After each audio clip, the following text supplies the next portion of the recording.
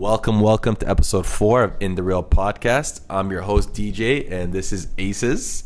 Today we got a very interesting episode to get into. A lot of movie updates about Harry Potter, things about James Gunn's new Superman, Doomsday Updates, and so on. And we got a good episode. So without further ado, I'm going to get right into it. You wanna start us into this episode? Yeah, so we got, first and foremost, Harry Potter. For y'all who know me. That is my this guy. This guy is a Harry Potter stan. My number one franchise. Love the books, all of that. And yes, they didn't always follow the books, but still, we got very good movies out of it. Now, there's a lot of controversy because the castings came out, and the girl who played Hermione, or who is playing Hermione, Arabella Stanton, been getting dirtied. And I don't get it, because she looks like Hermione. If you take her straight out the book. You're talking about the girl. The girl who got cast as the new girl. The main three. It's Harry, Ron, and Hermione. Yeah, Hermione, right? Okay. Bear with him. He doesn't really know too much Harry Potter. I never watched. But yeah, they're getting at her because she doesn't look like Emma Watson. But if anybody knows, in the books, Emma Watson, all she had was like the frizzy hair. She didn't have the buck teeth and the freckles and all that stuff. Fun fact, in the first movie, they actually gave her fake front teeth so that she can do that and have that, that authentic look like it is in the books. But yeah, even J.K. Rowling, she said, this girl, she can be black, she can be white, she can be anything. You know what I mean? And you got these people going crazy because they're just some racists. And then we got J.K. Rowling. She's lucky to be alive the way she's been moving lately. I mean, I don't think she's like. I don't think she's saying anything crazy. She's not saying anything crazy, but cancel culture is definitely trying to cancel her. Yeah, but you can't. Sure. After you see that deal she made with Warner Brothers, she's never getting canceled. She licensed those characters and everything Harry Potter. She's licensed. I thought she kind of did a deal where they have some rights. No, she licensed everything. They can't make a script without her. They don't have a new idea without her. She's smart, bro. She's very smart. I just wanted to get through that real quick because I think that's crazy. I think all three of them look the part, and I think they're gonna actually kill it. I was very hesitant on this Harry Potter series. I think they should, like I was telling you today, go the Star Wars route where they just start filling in the blanks around the 8 movies that we have. But it is what it is. I think it's a good start. I think it's a good start, and I think people are just pissed because they're not saying she doesn't look like the character. They're comparing them to the actors. That's how it is. Exactly. When you're just like so good at a role, everyone thinks you're that role. Yeah. So I don't know. I'm gonna watch it just because it's a really good way to enter the franchise without kind of like going through the beginning of all those movies and everything. So I'm definitely gonna give that a watch. Let me just jump right into this James Bond fun fact. I saw this literally, I think yesterday or this morning, where someone said, how he always gets a martini shaken, not stirred? Do you know why he does that? No. He gets it because when you stir it, apparently, I don't know, we ain't drinkers around here, but when you stir it, apparently the alcohol, the water, everything gets mixed together, right? Okay. But if you shake it, the water stays at the top, alcohol at the bottom. Imagine just going crazy. This guy's the greatest spy ever. He's so smart. I don't know. I found that super interesting. But anyway, like a bunch of baloney, if you ask me. But moving on. Our thoughts on Superman so far. Since the last time we talked about Superman, there's probably been like 2 more teasers and a real trailer. Another one came out this morning, and yeah, like, what do you think about that? Listen. That's my guy. That's the way he's a Harry Potter fan.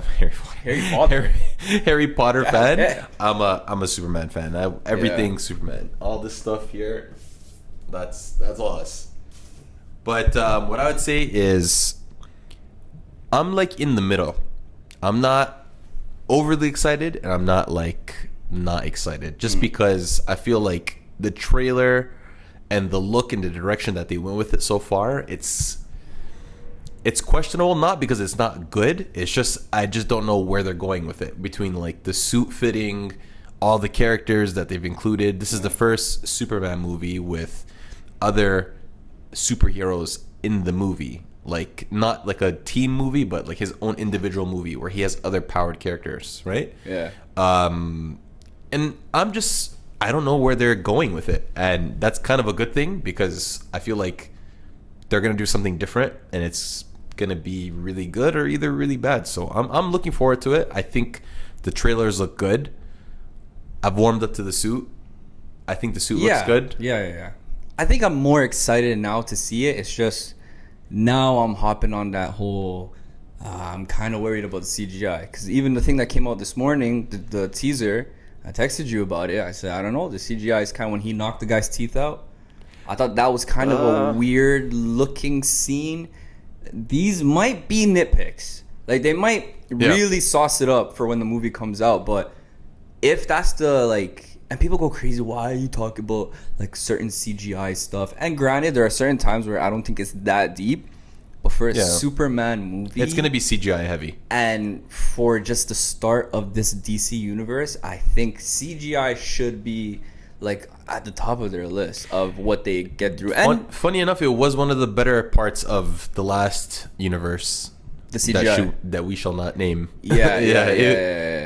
The majority of the projects. And I forgot to say that about Thunderbolts. I feel like Sentry's whole demeanor, everything when it showed his powers was really Henry Cavill Man of Steel-esque. Like the way he's hitting and flying and all that stuff. It was believable. Really good, but it was believable.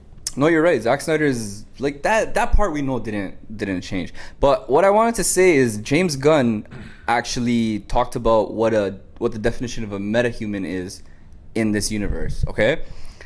And he says in DC Comics, a metahuman is a human-like being with extraordinary, often paranormal abilities. These powers can arise from a variety of sources, including science, magic, alien origins, mutation, divinity, proficiency, or technology. Therefore, the character Thor is probably not a metahuman, but Terrific arguably is. Crypto is meta, but I won't say he's human. I won't say he's not human because he might read this. So he's basically saying if you are just above average in any sort of way, you are now considered a metahuman. So Batman, Green Arrow, like these people are going to be considered metahumans going down the line in this universe. So how do you feel about that? I think that's absolutely stupid. I think that's to be honest, so I dumb. never. Was this on his Instagram? This is Twitter. He's replying to somebody on Twitter. this. You know what?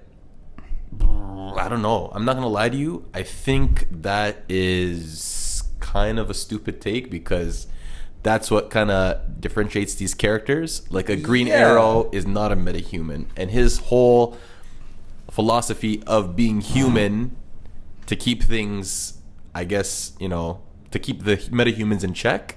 He can't be a metahuman now. It goes against his character. But we're making the assumption these are going to be direct comic translations of that's how he was kind of like in an animated series, Green Arrow, where he didn't really want to be associated with the metahumans. James Gunn is making it very known that this is a different universe.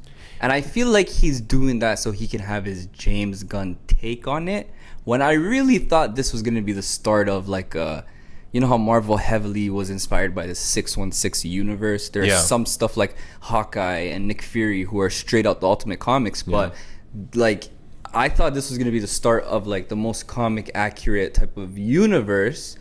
We might still get because he said Batman's going to be all fantastical and stuff like that like he is in the comics, but I don't know. I feel like this is going to be like another universe. Like, well, it is. 100%, it is, but it's like, but it's not going to be the main one. It's not going to be. You know what? I'm okay with that. It might be. It might not be. But then it's like, okay, how long are we going to wait until we get our real DC? You know what I mean? Yeah. It's been. We've never really got it in full, right? So I trust James Gunn. I think he's going to do a good job.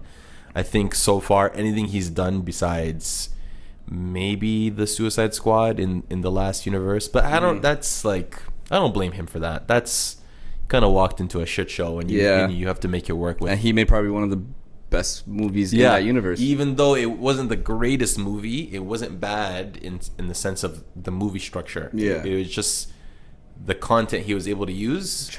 John Cena and Idris Elba. Those guys are and one of the best shows came out of that casting, by the way. Yeah. Peacemaker. Yeah, Peacemaker is an amazing show, and honestly, that's my number one thing that I'm excited for in this new universe right now. Doomsday Updates. Since the last time we've talked about Doomsday. So much shit has happened. Buddy. So Doomsday has been delayed to December 18th, 2026. Secret Wars have been delayed to December 17th, 2027.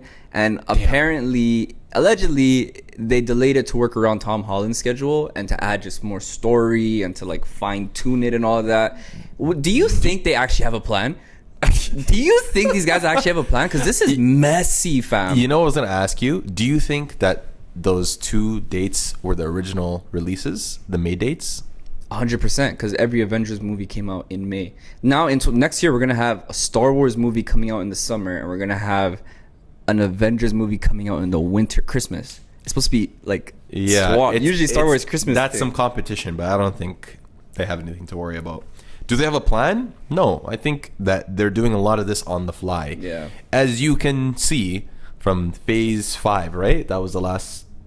We're in Phase 6 right now? Or? We're in Phase 6 now. Yeah, Thunderbolts was the end of Phase 5. You can see in Phase 5... Oh, no, Thunderbolts was the start of Phase 6. Yeah. You can see in Phase 5 that they had a different direction with King and Jonathan Majors, but our brolic friend had to... be involved in a sticky situation, which he did get cleared from. So, you know, there's a lot of actors in this Marvel universe that have done worse. Robert Downey Jr. So I think it's just recency bias of him being, trouble or whatever, right? But no, I think a lot of it has been reworked because the person who was running Disney before, I can't remember his name, Bob Iger stepped down, and then someone else was running the show, and they were pumping out a lot of content, and now Bob Iger is back. That's why they've gone through that initiative of condensing the material and making it more quality versus quantity. Have Deadpool and Wolverine be the only movie last year. Exactly. So Bob Iger is back, and I don't think it was anyone's fault. I think it's just when you're a money machine like Marvel, you're looking at it as, why make $5 billion when we make 10? Yeah. Just adding more shows and things like that. So I think they seen that approach kind of gave everyone superhero fatigue and just pumping out a bunch of things that no one really cares about. You know, like have you seen the comments of Ironheart? Have I seen the comment? Yeah, man. And they have to turn it off. There was one page on Twitter, I think it was called Discussing Cinema or something like that. They're like, they even tweeted like, you guys are like disgusting. We got to turn this off. Not that, I'm not gonna lie. It's pretty bad. I do not care for her. I do not care for that show, and I wish they gave us Riri. Okay, obviously this is like looking at it in hindsight, but that kid in Iron Man 3, that should have been Riri Williams. But that connection that she would have with him in Iron Man 3 to now come back, now be recruited in Wakanda forever. It's like, okay, we know this girl. She had something with Tony Stark. What that kid? Type of the kid with in Iron Man 3 who helped him. 2 or 3? Garage. It was 3. Oh yeah. And he did his little like freaking. He was going through his anxiety attacks and all that stuff. Yeah, I'm not gonna lie. If you just introduced her more, like we got America Chavez, we got Kate Bishop, we got Miss Marvel, we got trash Riri besides Williams. Kate Bishop. I think Kate Bishop and Miss Marvel was introduced very, very well. America Chavez was introduced in a movie where it was already too messy and we didn't really need her other than just that one story plot that she can travel between multiverses. Her character stinks. Yeah, she's like a good character in the comics and stuff, but it's like barely. And you can do a lot with a character she's one of the few characters where there's only one of her. She doesn't have multiple versions of her in different universes. That's big. That would defeat. You know what I mean? Something like that's big. But it's the way they introduce these characters, and I do not care for Riri Williams. Will I watch it? 100%. That's something I would watch, and I have been very vocal on not forcing myself to watch everything Marvel anymore. I never watched Echo. I never watched Agatha, which I heard is actually very good. And I never watched Werewolf by Night, which I also heard was very good. But if I'm not interested anymore, I'm not watching it. I'm not killing myself to watch it. I'm done with that era of Marvel where I'm doing the most. Got to keep up with the continuity. Yeah. I'd rather watch a 10-minute video on YouTube that like recaps it or something. But I'll tell you this: Riri Williams' character is actually a very interesting character. She's supposed to be a genius level character who basically is as smart as Tony Stark. You know what I mean? I don't know. Sorry, I don't want to, make a mistake. I don't know if she's as smart as him, but she's definitely one of the smarter characters in the MCU, in the comics, right? So, I heard too, yeah. And honestly, they have a really, really cool, like, idea here where they couldn't make it, I guess, more... I don't know. I think they don't really have a lot of black TV shows. Mm-hmm. You know what I mean? And I feel like that's not a bad space to be in. Like, there was that one black TV show on Netflix that was superhero themed. What was it called? Luke Cage? No, not Luke Cage. Black Lightning? That show sucked. That show's terrible. Supercell. Yo. Yeah. Supercell. Banger show. I didn't finish it. I didn't finish it just because it was one of those shows I casually watched. Really good. But Ratman, shout out to Ratman, bro. The premise, the vibe, everything, it felt like I was watching a mix of like Top Boy plus MCU. And like I'm like, this is actually like Zack Snyder's DC with the gritty tone. Yeah, this is like something that's different, and I'm like, yo, this is actually like you're bringing in a whole new audience. A lot of people that watch shows like Power and Top Boy don't really watch these type of shows. And facts. I don't know. It looks like a good combination of the two, and I don't know. People just get crazy. They see like female leads in these shows, and it's like, oh my god, what is this woke garbage? We don't want no characters. It's like this character is not a new. Do you think so, though? Do you think that's not the reason? It's 100%, man. You can see all these. I don't think it's the female aspect. I don't think it's the sex aspect. I think it's the racial aspect. Yeah, if you go in the comments, people are just crying about it. Miss Marvel got dirty. Freaking Riri's getting dirty. Yeah, but not to this extent. Who didn't get dirty? They're turning off comments for this show. Kate Bishop did not get dirtied like that. Like, right? You get what I mean? Like, but also Haley Steinfeld is a household name to a certain degree. And that's marketed differently, though. That's marketed a lot different. You have Jeremy Renner in. I'm sure if you put Riri and Tony Stark in a show, everyone would lose their minds. But you see, that's what I'm saying. It's how you introduce these characters is everything. You can't just throw them at us and be like, okay, yeah, now we're good. Like, she was introduced, though. Putting her in Wakanda Forever is just a freaking a way to introduce this character, because you know you're gonna have to do something with her in the future. You're literally she's taking up space in Wakanda Forever. She did not need to be there. If you've written her out, she did not. You need America Chavez more than you need her in that movie. You get what I mean? Do you think that was Ryan Coogler that did that, or was it Marvel assisting? Hey, yeah, I'm not even sure, fam. Like, it could be Marvel. Like, they're not shy of doing that. Telling these guys you have to further story. That's why Iron Man 2 wasn't good to a lot of people, because they stuffed a lot of Shield stuff in there, even though I love Iron Man 2. But yeah, man, enough about Ironheart. That's not even what we're here to talk about. But actually, to end off with Ironheart, it's the third or second lowest trailer likes it's the second highest dislikes on a trailer. There we go. In MCU. That was a mouthful, huh? Yeah, it was. Pause. Thor's epic send-off will be in Avengers Doomsday, and Chris Hemsworth's YouTube post was very cryptic, a lot of people are saying. Yeah, he was all like, yo, like, I'm not gonna lie to you. Thank you for everything. Yeah. My question is, if they do a send-off, like, there's no Thor 5? That means Thor Love and Thunder was an absolutely trash and probably the most useless movie ever. You're introducing Hercules. Probably. Yeah. Probably. Fam, you can still do a lot with it. No, you can still do a lot with the Hercules story. No, you can I'm sorry. Do a lot with the Hercules story. You know what? I'm pissed off about Thor's movie franchise in general, because Chris he's Hemsworth is too. One of the only characters to get 4 movies. Yeah. It always gets shaky around 3 and 4. The only character, right? Yeah. Yeah, in the MCU. Yeah. I think so, yeah. He was the only one who got 4 movies. Yeah, it always gets shaky around the 3rd or 4th movie. Just, it's a lot of things that get involved. The actors age out. They don't want to do no more money differences, blah, blah, blah, blah. You had a guy that was willing to play ball. He's been in, like, I can't even count it. Definitely more than, like, 6 or 7 movies at this point, right? Yeah. So, and the caliber of his character, you guys are just wasting him. You guys are just wasting him with the repetitive, stupid jokes. Like, they could have done it in a way where the movie was serious and had the jokes within the movie to kind of cut the tension. but it was more of a comedy that had serious moments. Dude, it was Taika Waititi just saying, I made one of your best movies ever, one of your highest grossing movies ever. I don't care anymore, and you have to pay me, and I'm doing what I want. And I feel like people put trust in him, and he just used that opportunity to just make bullshit. Oh my god, if I can ask that guy one question, it's just why. Did you watch the movie? Why? That's what I asked him. Be like, did you watch this? And did you be like, yeah?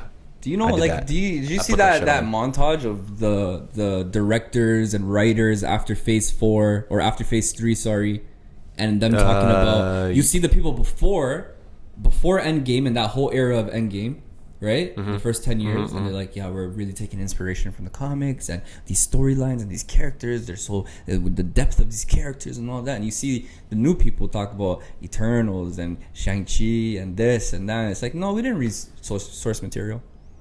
No, we're not really basing it off of anything that serious. Like, no, we're not really. It's too big for Kevin Feige to put his hands on anymore. I feel like it's. You said that too. He can't control it anymore. It's too big. Marvel's too big for him to put a tight grip on it that he had on the first few phases. It's too much.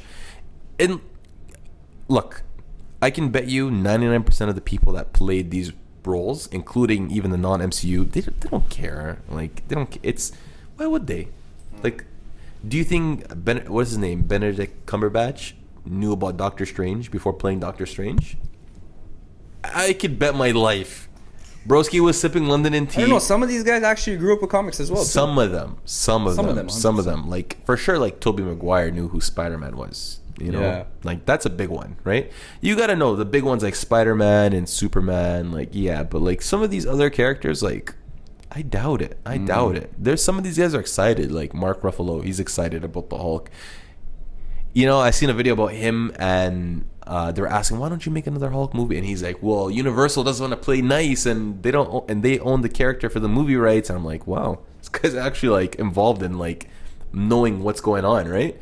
So that's another really good actor that the writing keeps doing him a disservice. I don't know why I brought that up, but yeah. No, you're right. That's like one of the biggest letdowns in Infinity War. And he's an amazing actor. I honestly didn't... I seen him more in Marvel movies instead of outside of... what I meant to say is I've seen him more in Marvel movies versus non-related Marvel movies. And I've seen him in Now You See Me. I'm like, yo, this guy can actually act. He's good. I grew up watching a lot of Mark Ruffalo, actually. He's really good. He's a great actor. 13 going on to 30, that's him, I think... Anne Hathaway, if I'm not confused. I think so, Anne Hathaway. But yeah, there's also a rumor in Avengers Doomsday that there's going to be an Avengers team in the X-Men universe with Hank Pym, known as Giant, Binary, who is Maria Rambeau, Captain Marvel's best friend, who's we saw her in thing at the end of the Marvels. Black Panther variant, which might be Damson Idris, and RDJ Iron Man variant. He's gonna be playing like 4 different characters apparently. Who, Damson Idris? No, Robert Downey Jr. Like he's gonna be playing a Doctor Doom variant. He's gonna be playing like maybe 2 more Iron Man variants, something else. I don't know. That's what we remember when they said no more multiverse stuff. They're not gonna do that, bro. They have to. They have to end it. That's what they're gonna do with Secret Wars. They're gonna end the multiverse saga, and then they're gonna start fresh with X-Men. That's my prediction. What are you most excited about that movie? What? Doomsday. For me, it's the cast of the Fox X-Men. I'm not gonna say it. I think it's just Doom. I think it's just the thing I'm most excited about is to see how everything clicks, how everything comes together. To see Robert Downey Jr. and his presence and how it affects these guys. To see what route they take, how he's gonna get into Peter Parker's head, if Venom is gonna. I'm excited about a lot of things. Like until we see like a trailer or we get like a synopsis or something, I don't think I'll be because we don't know. I don't think it's gonna live up to the hype, because there's so many like Venom, Thor, this. But I don't know how they're gonna shove all that into 2 movies.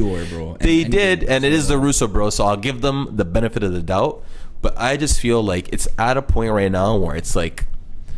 It's not a new idea anymore. So you're expecting this because that's what you've got. So it's very hard to please these type of fans. These type of fans don't like anything. You can give them what they want. They don't like it. You know what I mean?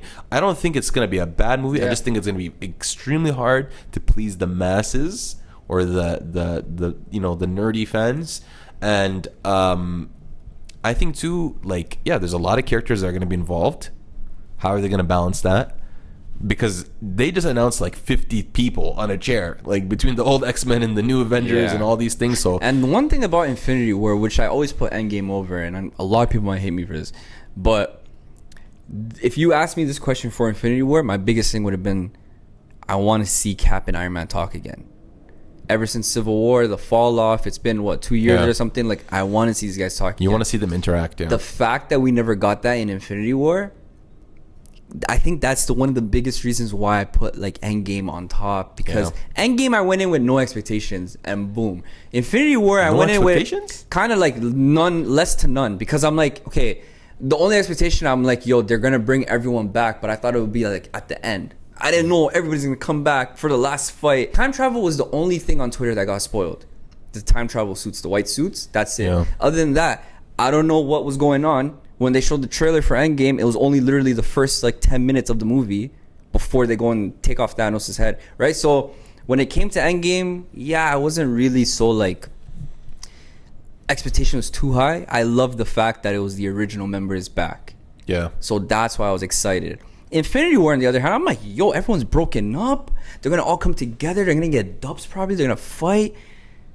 Nah, man, everyone was split up, bro. But I think... And it's a good way to... There was a reason why. Like, it kind of worked out. Like, it did. You wish that it didn't go that way, but it worked out. But I wouldn't take it back, because it made everything for Endgame worth it. A lot better. Way and worth it. I'll say, I think these two movies, they're just going to summarize the story from, let's say, the Thunderbolts, Fantastic Four, maybe Deadpool and Wolverine, and like a little bit. I think they're going to skip everything. I mean, there's nothing really to connect Phase 5 to 6, right? Like, Thor: Love and Thunder, it was completely like Shang-Chi, the ending, the rings calling to something, right? Yeah, maybe that could be. I don't know. I wouldn't be surprised if these guys just annex everything and just start it from Fantastic Four. But anyways, moving on. Real quick, I don't want to spend too much time on this, but Wonder Woman is being written right now. James Gunn has confirmed it, and a lot of people are fan casting Adria Arjona, and yo. Ever since I watched Andor and I saw her, I thought, yo, this would be on paper like the best casting for Wonder Woman. I saw her in she's done certain scenes that were serious, and I can see it. She's bad. Like, yo, she can pass as Wonder Woman. A lot of people are saying she's a bit too short. She's 5'7". You can work with 5'7". I don't know what do you guys want? You want a 6'5" shorty walking through? Like, yeah, that doesn't look like doesn't look like you with you know what I mean? Like, that's not good, man. No, you shouldn't.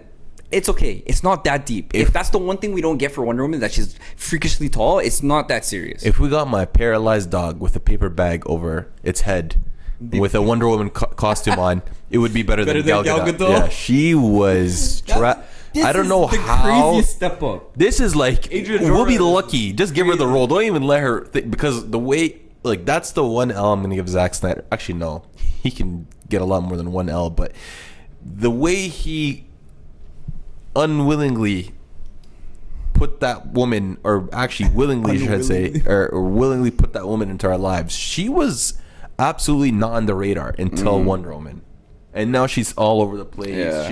She got a couple roles, but that lady, man, we don't talk about her. Damn, she stinks. And you know what's the best part about it? Everyone knows she stinks. Yeah. She stinks. Gal Gadot, you stink. Nobody's in here ever gonna be in the comments talking about no, Gal Gadot's a good actress.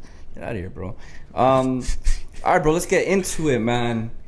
We're gonna skip that one for now. But Thunderbolts, surprising flop news. This is absolutely insane. It really shows you that people are not watching these movies, man. Thunderbolts is the third lowest grossing Marvel movie. It's right above Ant-Man and the Wasp: Quantumania, and that's right above the Marvels. That's a very low bar. And yeah, bro, it's really sad. They likely lost $50 to $100 million. Okay, so far they made $371 million, and their budget was about $450. The problem is with these movies is that their window to make their money back is so short these days. No, why are you spending that much money on Thunderbolts? Okay, but you have to. That's a $200 million movie, bro. It's because they want to put Sentry and he's gonna freaking make New York all dark and shit. That's another $100 million. No. I don't. I think a lot of that money went to marketing. I think they desperately wanted and still do need a win for that movie, and they invested a lot in marketing. You have to admit that marketing was amazing. Yeah, this was the first everywhere Marvel movie. Some of the best posters I've ever seen for a film. You got the friggin' cereal box poster in movie theater, like a giant cereal box with them on it. Marketing was amazing, but they spent a lot of money on marketing, though. We can say that all day. Was it worth it?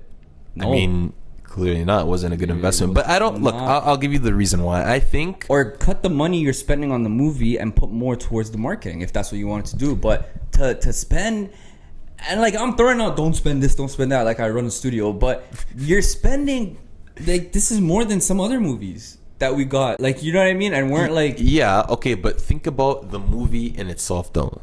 You're Marvel. How is Eternals less? How you use like what was the budget for Eternals? You spent less money on Eternals? Wait, no, cancel. Eternals a flop? Yes, Eternals was a flop. So never mind. But they're supposed to still spend less money on Eternals. But anyways, continue. Look, Marvel needed a win, right?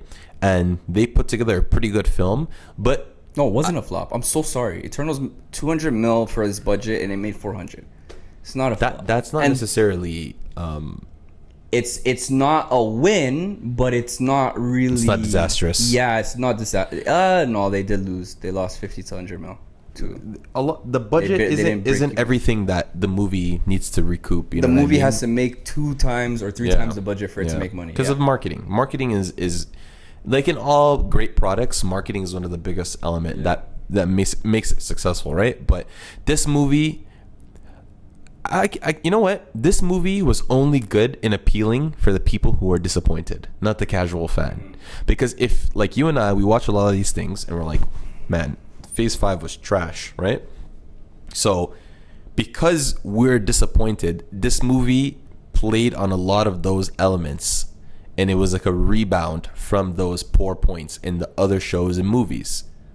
But if you're a casual fan who never really watched, like, Black Widow, you never watched, Falcon and Winter Soldier, or sorry, Falcon and Winter Soldier. If anything, people watched that show out of the other things that those characters were in. You're not gonna really understand how it was a bounce back. For you, it's just a movie. You know what I mean? It's just something you're experiencing for the first time. You don't know that these guys are we're basically losers in their projects. So it's not really gonna hit the same. If doesn't mean as much for the average moviegoer that it does just, for us, and a lot of it was hard. It was hard to make a comeback. No, you're right, because all these characters literally came from other stuff. It's not like we're introducing a new character. Yeah, but that's what made it so good, though. They took really lame characters, and the writing was excellent. They made, they acknowledged it in the movie. That's a very good point, actually, because if I didn't know anything about this and I'm going in and Yelena's crying, talking about I'm a horrible person and everybody's horrible person, I don't know. But then it's also why are you watching a Marvel movie if you didn't watch the other ones? But that's just how it is, though. I know. I'm just saying you can be devil's advocate, right? I'm sure after Endgame, the viewership of the casual fan has gone down severely. You know what I mean? Like I'm an actual fan, and I barely even watched a lot of stuff. I didn't watch Loki until very recently. I didn't watch What If. I'm not planning on watching What If. It looks not that great. I didn't watch Miss Marvel. I mean, I watched a few episodes. It was good. I like her character, but I'm not gonna watch it. I didn't watch Echo. I didn't watch. Miss Marvel's a show. If you watch, you gotta watch it and look at it as just a show, not a Marvel show. Yeah, you know what I mean. It's just a show, and it's pretty good like that too. Yeah, and then you just don't want to watch it. So. Oh yeah, Scarlett Johansson has been pushed as a executive producer of Thunderbolts. She's now asked Disney to take her name off of it. Are you serious? Because she said, I never really had any creative control. She's like, not really. Decisions. She's like, this movie flop? Get me out of here, bro. She's trying to save face. No cap. She's trying to save face. That's kind of crazy. She has an interesting deal going on ever since that whole fiasco with her movie going straight to Disney Plus. Yep. She sued them. She sued them. She won the bag. She won, and freaking well she deserved. monos them. Yeah. Yeah, honestly, yeah, bro, that's insane. All right, bro, let's get to it. I'm gonna give a quick Ballerina review because you didn't really finish it. I'm gonna try to do no spoilers or no crazy spoilers. No, you can go ahead. That's fine. And go ahead. Yeah, you can go ahead. I have something to say about it, regardless. Okay. Ballerina. I think honestly, this is the best action. It has the best action of 2025. I think really some of the best action in 2025. It's up there with Mission Impossible. I'm not gonna lie. We'll get there though. Stunts or action? Because I feel like they're two different things. Action. Okay. Because Mission Impossible this time around had a lot of fight scenes that were really, really good as well. And even just rewatching Mission Impossible, they have really good fight scenes. But I think it had really good action scenes. I think it has great setup. It's an easy plot to follow. Great, in my opinion, character growth. Yeah, I'm gonna tell you a lot of stuff I liked in this movie. John Wick. Every time he's on screen, 10 out of 10. Was he in the movie? He is in the movie for a longer time than I expected. So yeah, I really, really like that. Okay. Ana de Armas. You know what? Let me get back to that. It had me on the edge of my seat. Some of the jokes that they said hit. It wasn't too crazy on the jokes. Like I said, John Wick solo scenes 10 out of 10. There was a really good ending parallel with the kid, Norman Reedus' kid, who plays Daryl Dixon in The Walking Dead, and he basically plays Daryl Dixon in Ballerina. But he has this kid, and she's like trying to get her out of the life. Like he doesn't want her to go through the system that you know, all this stuff, and like she sees that. And the Armas sees that, and yeah, it's a great parallel ending. Okay, Ana de Armas, I've seen her in a lot of things, and I really like her as an actress. However, I don't know in this movie if she was supposed to have an accent or not, because there are certain scenes where she does, and there's certain scenes where she doesn't, and it's not like it's like a flashback here or something here. It's like literally one scene here and one scene there. She's a good actress. It's just, you know, when people, it wasn't believable to me in Ballerina. There were certain scenes where I'm like, killer, or that she was that she's the character she's playing. Oh. She's hopping in and out of it, in my opinion, when it comes to just the accent alone. I don't think that's a good actor then. But I've seen her in stuff like Knives Out, and I loved her in Knives Out. I thought she was amazing in Knives Out. I thought she was amazing in James Bond, the last James Bond with Daniel Craig. I thought she was really good in that. Even though she has like a few scenes here and there, I do feel like this movie, like, she looks the part. She can fight. She can go toes. Like, and something I really loved about this movie too is like they show you the progression. She goes on her first mission and she's getting beat up. You know what I mean? Yeah, she has to make do. And I love that stuff. But yeah, bro, I kept falling out of it. I'm not convinced. I'm kind of not convinced. And there's certain scenes I'm just like, yeah, okay. She doesn't have like stage presence for her role. In only certain scenes, which is crazy. Like, I don't know why, but it's just only those certain scenes. Yeah, she never really had it. But like some stuff, like when she was talking to John Wick and she was asking him like, oh, like, are you here to kill me? Or I gotta do this for my family. Like, I gotta do this. Da, da, da, da. There's times where I'm just like, do you believe that? Do you actually want to fight? Just go home, bro.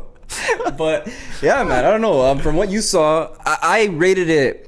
You know me, when I give a first rating, it usually can go up or it can go down. Yeah. So sitting on this movie, I'll give it an 8. I originally gave it an 8.5 just because the action was so good. That's a great score. Yeah, but I give it an 8. I do think this movie is really good. It's my 4th favorite movie of the year so far. What's the box office saying on its numbers? I don't think it's good. It's not doing well, right? No, it's not doing well. It needs what, like 50 million to break even more?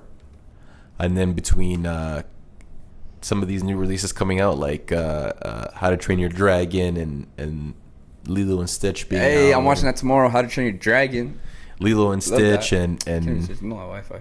Some of these movies coming out. Look. John Wick as a series, I'm not going to lie. For me, it fell off. The last movie was stinky. Yeah. Stinky as cheese. That stairs, I never want to watch that stairs scene again. He fell down 17,000 flights of stairs. If I fell down, I mean, I'm not John Wick, but damn, if I fell down one flight of stairs, I'm taking 3 weeks off of work. Yeah, no, this man got shot at, beat up, fell down like a kilometer stretch of stairs. Like, you know that movie? It was a movie that I had to like pause and play for like 3 days in a row. Imagine watching that in theaters. The thing is, Keanu Reeves. This movie over number 3 and 4. Keanu Reeves is good in the role. He plays himself. He's one of those type of actors that he plays himself, which is, it's not a bad thing, you know. Yeah, every time he was talking, I was laughing, bro, because he's just, you don't have to do this, and she's like, just let me go. I can't. You have until midnight. He does speak like he has like a stomach ache. I'm not gonna lie. Yeah, man. Like, and he speaks like he's on the brink of death, bro. It was good for the first movie. Great actor though. Like, not great actor, but like great iconic actor. Like Keanu Reeves himself, just like Tom Cruise. Like, these people in real life, I don't know, because I haven't seen him in real life, right? You gotta cover your tracks nowadays. Speed, The Matrix. What else did he? No, but he just looks like a really humble guy, in my opinion. And he's Canadian too, no? He's solid. He's one of us. I'm not sure if he's Canadian, but he's one of us, fam. He's Canadian. All right, man. Overall, he's a solid actor, but the series kind of went downhill. There was too much action, not enough plot. In the last couple movies, and I feel like this was a good idea to do like a spin-off of something different, and it sounds like they were pretty successful. I gotta finish the movie. I'm not there yet, but we'll get back to that. We'll get back to it. Hey guys, Mission Impossible review, Final Reckoning. We're gonna do our scores out of 10. 3, 2, 1, 9. 7.5. 9? Damn. Yo, I'm not gonna lie. Sinners, Mission Impossible. Yeah, I give both of them a 9. I thought it was really good, fam. You know why? My expectations going in was like very low. It was very, especially because the last movie was hot dog. Like, it was. I think this one was. Dude, can I just tell you my rating, please, for all the Mission Impossible movies? Sure. Can I rank them real quick? Yeah. Okay, number 1, I got Fallout with Henry Cavill. Number 2, I got The Final Reckoning. This is second for me. Okay. Number 3, I got Ghost Protocol, Dubai, Burj Khalifa. Number 4, I got Mission Impossible 3 with Philip Seymour Hoffman, which that movie was a big setup for this movie, right? Oh yeah, with the rabbit's foot. Right, rabbit's foot. After that, I got Rogue Nation. After that, I got Mission Impossible number 1. At number 7, I got Mission Impossible number 2. And at 8, I got Dead Reckoning Part 1. I despise that movie. Damn. I'm not gonna lie to you. Damn. I think it was so, like, it was really boring. Audience over. Nah, not really. Like, so I could switch it with number 2. Number 2 and Dead Reckoning can switch back and forth. Is it the Final Reckoning? People love to say this is the last one. That's it. It's the last one. Allegedly. It's the last one. This is making money. It's the last one, fam. He's 62 right now. He's 62 years old. You know, he's mashallah. He's an old guy now. I can see them revamping it and kind of like. I never want to see a Tom Cruise movie that's about Tom Cruise without Tom Cruise. I swear to God. Yeah, no, they're gonna do freaking Mission Impossible, but starring Ana de Armas. No, man, no. It's Tom Cruise. First of all, that man deserves flowers. Number 1. What? Greatest movie star. What ever star do you know that's 60 years old still doing like world breaking stunts? You know, he has the world record for a stunt in this movie. It was a burning parachute like descend. Wow. He did it 16 times. Insane. You know that scene at the end where he's falling and his parachute is like on fire? He did it 16 times. Wow. He was actually on that little. This guy's the GOAT, bro. That little that little plane. Look, let's get into what we liked about it. The movie. It was a good conclusion. It was a good send off to the story. Was it my favorite Mission Impossible? No. What is the best Mission Impossible? It's up there. The one with Henry Cavill. That was number. I would say Fallout and Ghost Protocol are the two. Is that the one with Henry Cavill? Fallout, yeah. Fallout is the best Mission Impossible. If I were to rank it, it'd be. Do we have our rankings? Do you have rankings? No. You don't have rankings? Honestly, I don't remember the early ones. I watched them like on TV casually, but man, Ghost Protocol with Henry Cavill, it was the best between like the all that's what scene was it again where they were jumping out the plane, the parachute scene, the fight in the bathroom with Henry Cavill reloading his arms, that became like a viral meme. Like that was a really great movie overall. Like it was good. The last one again, like garbage.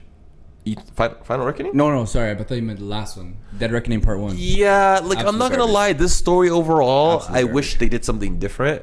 Like this one? Or in the last one? I look at it as one movie. It's not. No. But the whole thing with AI and like it wasn't bad. The stakes, bro. Yeah. Okay, this is what I really want to get into. The stakes of this movie was crazy. If this was that last movie, they had to make me feel like this guy deserved a freaking statue. Take out the Statue of Liberty and put Tom Cruise, Ethan Hunt. He deserved it. And they freaking made me feel like that. The whole movie gave you anxiety. Bro, kept me on the edge of my seat the whole time. Yeah. It was fairly long. But all these people talking about the whole first hour is just bare exposition. I feel like that movie through and through had me like interested. I never felt bored. I never felt like, when is this going to be over? Bro, I don't know. I just feel like it was a great like, it was a good conclusion. Send-off. Yeah, it was a good great send-off. For sure. The stakes were very, very high with this damn AI bullshit. It's either we kill it or it kills us. It kills us, or like freaking, or it kills us. The government has to start taking out other countries with nuclear weapons because the AI might take over, and like, what are they gonna do before they take over the US? It was a lot of trust. It was a lot of trust that this guy was gonna do his job, and that guy's gonna do his job. Fam. Like, I literally left that theater and I'm like, why did he not get a statue? And they brought back the guy from Mission Impossible 1, the guy that did the coding. Great scene. That guy. I went crazy when I saw him. Like, yo, I was like, wow. He ruined his life. But then he said afterwards, he never really ruined my life. He actually blessed my life because I didn't know how much I needed to leave that place. But that was crazy parallel. I think the submarine sequence and the plane sequence are both 10 out of 10 sequences, especially the submarine. When people were talking about that, I'm like, yo. Whoa! What was that? What I want to know, like, what part of that was like real? I think all of it's real. Not actually in like not in water, a submarine, but yeah, they're doing it from like a tank or something. That was like, man, that whole submarine scene was like crazy, and the fact that he took off the diving suit that deep into the water. That's crazy. That was insane. He like every time just like, yo, do you imagine how deep that is? How I'm deep? Picturing myself, I would have given up. I would have given up before I got in the water. Forget about being in the water. I would have going to the submarine. Okay. You know how much trust you had to put jumping out of that plane? I think I could do it. I would have been like, no, man, I can't do it. And the black guy, the captain of that ship, unsung hero. Hilarious. Man, you out of your damn mind. Mister. He's Mr. Crazy. He's like, Mister, if you want someone to poke the bear, he came to the right place. Fam, they made us feel like he literally had... No, not even made us. He literally had the whole world on his back. This guy, if he messed this one up, everything would have been finished. You don't understand the stakes. Everything had to be perfect. Great character development. Yeah. To make the stakes this high. The stakes are always high. It's Mission Impossible. The impossible mission. It has to be impossible. But this was like beyond impossible. This was like apocalyptic. We're about to end the world type shit. Everything has to be perfect. And the part where he actually has to die to be revived again from the water. It was not dead, but basically his heart's going to get severely slowed from the water temperature, right? And they had to put him in the pressurized incubator. Like, there were just so many parts where, like, if it was this wrong, he's a goner. He's dead. This is why I love Ethan Hunt. Yeah. Because everything, he is the most, like... he's the best when it comes to improvisation. Him improvising, always the best, right? Yeah. But like, to make it go this far, to where like every single time, like just like the movie with Fallout, with those plutonium bombs that are gonna go off if he never got the trigger. Yeah. And he had to crash a helicopter into another helicopter. This guy's a guy, fam. This guy's a guy. But what I really want to talk about, even jumping out of the plane. Remember when they flew him to the ocean, and those Russian aircrafts are about to shoot those helicopters. That's what I'm talking about. He just jumps out.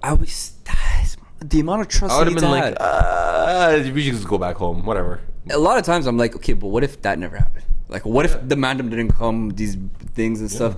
Bam, I love the gritty tone. I really loved the way they handled Luther's death scene. Luther's death was one of the most amazing ways. Oh yeah, spoiler alerts. The movie's been out for 3 weeks. Luther's death has been like, they handled it very well.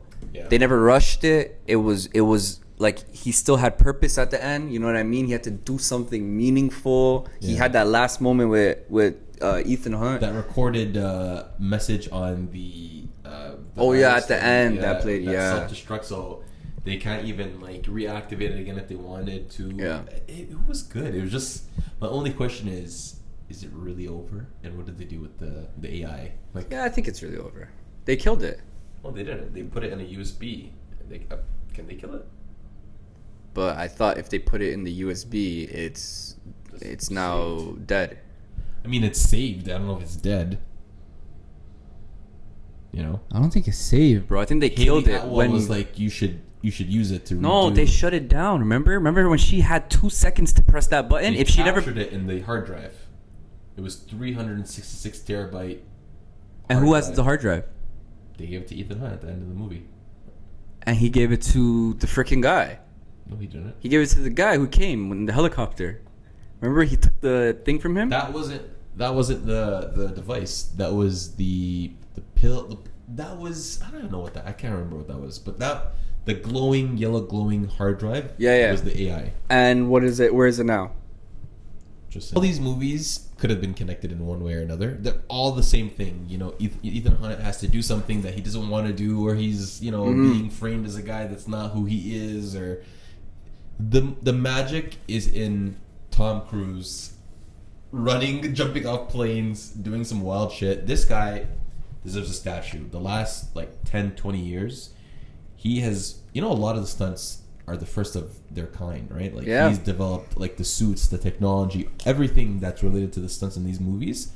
He's the one to have actually implement it for the first time, So he's he really loves movies, and in a way, this movie is a representation of him not saving the world but saving cinema, because he's bringing people into the movies to watch movies, whether it's Top Gun Maverick, Mission Impossible, Final Reckoning. Maverick was an amazing movie. I'm not gonna lie, I loved that movie when it came out. He puts that shit on. I'm not gonna lie, he's the GOAT, and it kind of feels like he's retiring, but it's not. It's not that type of movie. Not yet. But he's Denzel. We know Denzel's on his way out. He's doing his last 6-7 movies. Tom Cruise, I think he still has a lot to go, bro. He's 62, man. Yeah, but still, even if that means you don't do that many stunts, but you're just doing regular films. Jackie Chan stopped doing stunts and he started doing just films, just regular films and stuff like that. Now he's in Karate Kid. That's the thing that makes Tom Cruise in love with movies. He's a good actor, but I think it's the stunt aspect for him to show something unique on screen. I think for him, that's, some people, he should run a movie studio. I mean, he basically does with these Mission Impossible. I could see him doing that. He's the guy that he does a lot of the heavy lifting, right? Mm-hmm. But yeah, no, it was a good send off, and really good. Go watch Mission Impossible: Final Reckoning. Go watch Ballerina. Go watch these movies, man. I also watched Lilo and Stitch. I'm gonna give a quick review. I thought it was a 7 out of 10, 6.5 out of 10. It's one of the best Disney live action remakes. I think a lot of people are hating. Yeah. And it's one of the best? That should say something. Yeah. All the Disney remakes are pretty shit. Aladdin is the best, in my opinion. And that's a 7.5. Yeah. That's a 7.57. But Lilo and Stitch, it was good. Lilo was amazing. Stitch was amazing. Same actor, voice actor, right? For Stitch? Yeah. Lilo. Or sorry, how? Stitch. Sorry. Yeah. I'm pretty sure it's the same. It sounded exactly the same. They changed some stuff. The main bad guy who was chasing them throughout the whole movie is not there anymore. It's those 2 other guys. One of them was a scientist, and he's chasing them now. Sure. People are crying over that. Niggas, he's still getting chased. Anyways, I wanted to do a game, but forget that. We got to answer the question I gave you last week with 5 assassins all equipped with 1 pistol. John Wick, Jason Bourne, Ethan Hunt, Jack Reacher, and James Bond. in a room, Thunderbolts style-esque, in a warehouse. Give the audience your answer. Mans are asking me, what does this guy think? Who do you think's getting out of there? I thought about this like for a long time. I'm not gonna lie to you, and it's just like it boils down to, okay, I'll tell you who's not getting out. Let's start there. Ethan Hunt is getting halal. Yes, he's yes. getting cooked. Not to say he's not a sick fighter or whatever, but that's not his thing. It's not his thing. I think he's more of the spy. I think he's one of the best spies. You can put him up there as one of the best spies. Stealth, yeah. You know, improvising, like you said. Improvisation is his bread and butter. But he's not a hand-to-hand, like, he's not a mercenary. You know what I mean? Then you have John Wick, who's basically fucking in like a metahuman, who is unbelievably amazing at hand-to-hand combat and the use of any pistol or gun or bomb or whatever. This man created a new reload style, remember? Yeah. Like, that's amazing. But I think it's a lot of plot armor as well. He does. Because if he's allowed that suit that's freaking bulletproof, everyone's allowed that suit that's bulletproouf. No, not necessarily. In this fight. Because it's not fair that he has a bulletproof But it's not the suit. It's not the suit. It's who's clever enough to kill him without the suit. It's basically headshots, or you guys are both out of ammo. And so what, Jack Reacher's going to walk in there with a t-shirt? That's not fair. No, but at the same time, Jack Reacher... Unless you're saying that's what makes John Wick, the fact that he has a bulletproof vest or suit. I want to say it's between... I don't know. Even which 007 are we talking about? Daniel Craig, yeah. Daniel Craig. He's another animal. He's one of the greatest, yeah. That guy, like, if I heard that guy's trying to find me... Yeah, I'll go to him. Literally. Like, yeah. Here you go, bro. Don't worry about him. Save the gas money. And then you have Alan Richardson's Reacher, who is like literally... See, you know more about that. I don't really know about Reacher. Buddy, that guy is like the Incredible Hulk. Yeah. He has super strength in the show. Like he's... You know, like in The Rock... in Fast 5 or... Yeah, The Rock, yeah. The Rock is just like abnormally strong. That guy's a metahuman. This guy is on the same shit. If Hobbs was in DC, James Gunn's DC, he'd be metahuman. Yeah, 100%. And Jack Reacher is the same way. He's an unbelievably strong, skilled, and he's in the military, and he's a fighter. Yeah. So, I gotta go. And then, we can't even, I'm forgetting about Jason Bourne. He was born, and, that man's life is just kill. That man kills someone with a pen. He's Bucky without the super. I was waiting for you to get to that guy, because that guy's a problem. Yeah. And remember, when he was running away from the cops, he had a scene where he went to the grocery store, picked up a bottle of booze, spit it in the cop, and hit him with the newspaper. It's just... I think he's the best on the fly. Anybody who's on it right away... Ethan Hunt with killing abilities. Yeah. He can improvise with anything. And if he has a gun, it's over. Honestly, I can't answer this question. I think... It's between John Wick... Jason Bourne. John Wick, eh? John Wick, Jason Bourne, in Bond. And okay, you know what ChatGPT said? What? I was thinking about asking ChatGPT, but I'm like, so I don't want to ChatGPT. Yeah. ChatGPT said Ethan Hunt should be stuff in the room. Tell that guy go back home. Yeah. And then after that, it's going to be. Can I guess? To go out. Who's gonna go out next? Oh! It tells you who's gonna die in order. Okay, yeah. So Ethan Hunt's first. Okay. After Ethan Hunt, they did say it was going to be James Bond. Really? Yeah, they said it was going to be James Bond because James Bond might get. James Bond is not. Also, we gotta it's the warehouse setting, the Thunderbolts warehouse setting that I'm talking about. Yeah. In close quarters, John Wick is that guy. In close quarters, the way he moves and all that, he's that guy. He's winning that for sure. Now, I also took all these guys and I put it in him and Jason Bourne were the last man standing. Yeah, I was gonna say between him and Bourne. I took that and I also put it in a Hunger Games setting. So the first Hunger Games movie when they're outside and all that stuff, same thing. Hunger Games setting, time limit, boom. Jason Bourne's winning that, and he's winning that because he's the most resourceful guy. He will just hide out watch everybody dead each other off, and then when they're the last two men, he's gonna come. Jason Bourne gives me like the vibe of he's John Wick without the superpowers, and by they say superpowers is the plot armor. Like when you really think about Jason Bourne, John Wick is bare plot armor. They're basically the same character in a sense. It's just one has a really strong plot armor, while Bourne was set in a very realistic, world. Yeah, where that would be the closest thing to like a super soldier. Mm-hmm. You know what I mean? A brainwashed killer, right? Alan Richardson's Reacher, you gotta watch it, man. He has a lot of incredible feats. Yeah, I heard Jack Reacher. That's why I put him in there, because I heard he has a lot of feats. Beat up a lot of regular dudes though in the show. Mm-hmm. Like a lot of the scenes, like the show is based off of like a guy being a macho man. But now they got like this 7-foot guy to come in and dubs him. Buddy, did he already do it? It was already. It already happened. You gotta see that. You gotta see it. A little. You know what? I don't want to say disappointing, but damn. All right, guys. Episode 4. It's been great. That's been episode 4. I've been Aces. That's been DJ.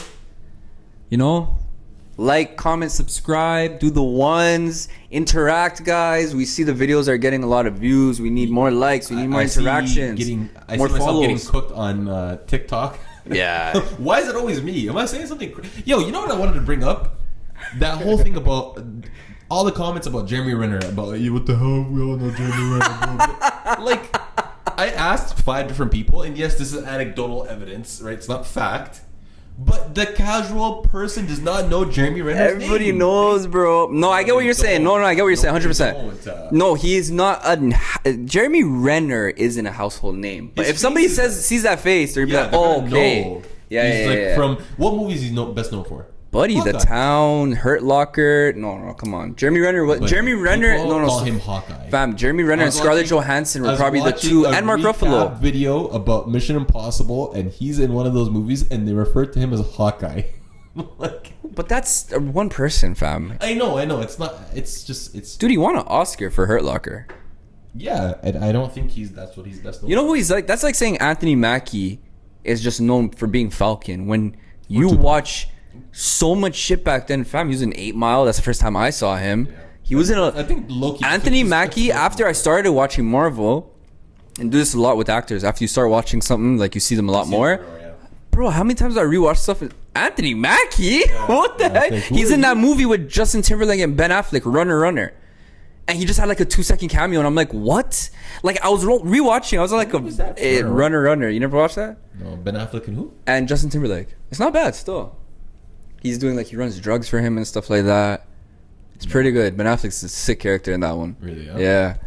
But yeah, it's been us in the Real Pod. Watch out for episode 5. A lot of good movies coming on the next month. We got Fantastic Four, Superman, Jurassic Park or Jurassic World Rebirth. Yeah, guys, we're gonna have a big Superman episode. Big Superman episode. Stay tuned for that. We're gonna be dropping an episode right away when that comes out. But yeah, it's been real.